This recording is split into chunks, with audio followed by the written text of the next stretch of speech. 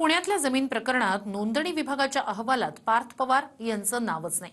त्यामुळे विरोधक आक्रमक झाले। मात्र ती विभाग अंतर्गत तपासणी असून खारगेंचीच एकमेव समिती आहे असं बावनकुळे म्हणाले। त्यामुळे तूर्तास पार्थ पवारांना क्लीन चिट नाही हेच सांगण्याचा प्रयत्न होतोय। पाहूया।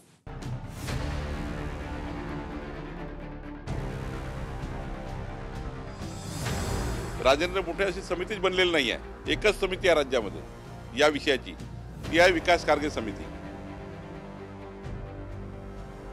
पार्थ अजित पवारांना ज्या मुठे समितीनं क्लीन चिट दिली ती समितीच सरकारनं स्थापन केलेली नाही असं महसूल मंत्री बावनकुळेंनी म्हटलंय। सरकारने महसूल विभागाचे अतिरिक्त मुख्य सचिव विकास खारगे यांच्या अध्यक्षतेत समिती स्थापन केलेली आहे। त्याच समितीच्या अहवालावरून कारवाई होईल तर राजेंद्र मुठेंचा अहवाल हा खात्याअंतर्गत कामाचा भाग आहे असं बावनकुळे म्हणाले। मुठे समिती जी नेमली गेली ती कोणी नेमली? ती काय तुम्ही आणि आम्ही केलेली नाहीये, सरकारनेच नेमली होती। त्या समितीच्या अहवालात शीतल विरुद्ध लिहिलंय, त्या दिग्विजय पाटील विरुद्ध लिहिलंय, त्या येवलेन विरुद्ध लिहिलंय। कुठेही त्यांनी अमेडियाच्या इतर पार्टनर सुद्धा याच्यात लायबल आहे असं या मुठे समितीच्या अहवालात लिहिलं गेलं नाही। मी तर याला देवेंद्र फडणवीस पॅटर्न म्हणेल। आत्ताच्या घटकेला सुद्धा याच्यात न पार्थ अजित पवारचं नाव, अमेडिया एंटरप्राइजेस LLPचं नाव वगळण्यात आलेलं आहे। राजेंद्र मोठे अशी समितीच बनलेली नाही आहे। एकच समिती आहे राज्यामध्ये या विषयाची, ती आहे विकास खारगे समिती।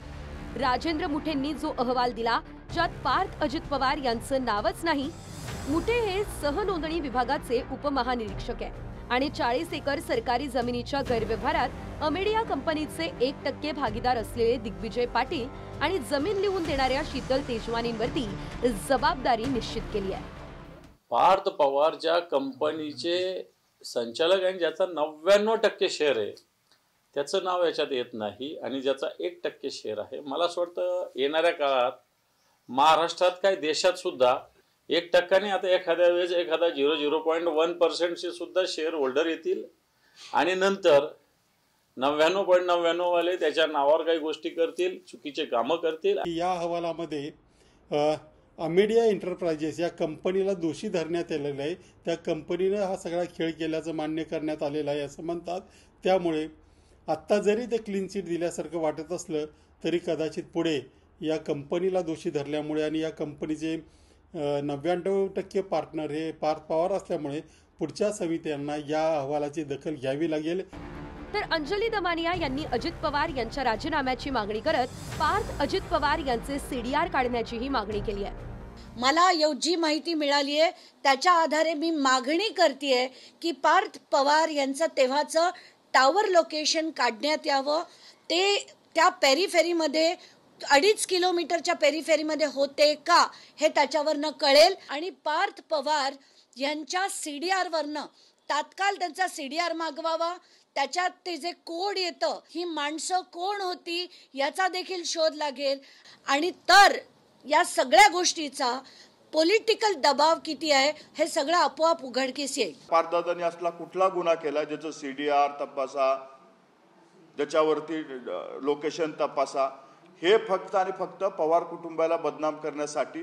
आमची उलट मागणी आहे, अंजली दमनियाचा CDR तपासावा, अंजली दमनियाचे कॉल रेकॉर्ड तपासावे आणि ते महाराष्ट्राच्या जनतेसमोर आणावेत। अंजली दमनियाचा कॉल रेकॉर्डच नाही तर बँक स्टेटमेंट सुद्धा तपासले जावेत, जेणेकरून त्यांचा बोलवता धनी कोण आहे हे सुद्धा महाराष्ट्राच्या जनतेसमोर येईल।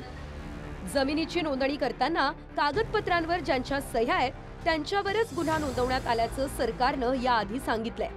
ज्यात अमेडिया कंपनीचे 1% पार्टनर असलेल्या दिग्विजय पाटलांवरही कारवाई झाली आहे। सोबतच जमीन लिहून देणाऱ्या शीतल तेजवानींवरही गुन्हा दाखल झाला।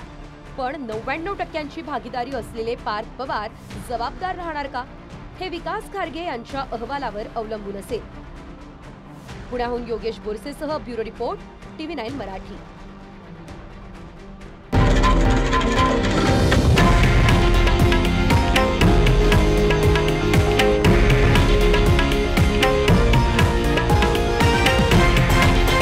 हे आहे देशातील नंबर 1 न्यूज नेटवर्क आणि आपण पाहत आहात TV9 मराठी, एकमेव।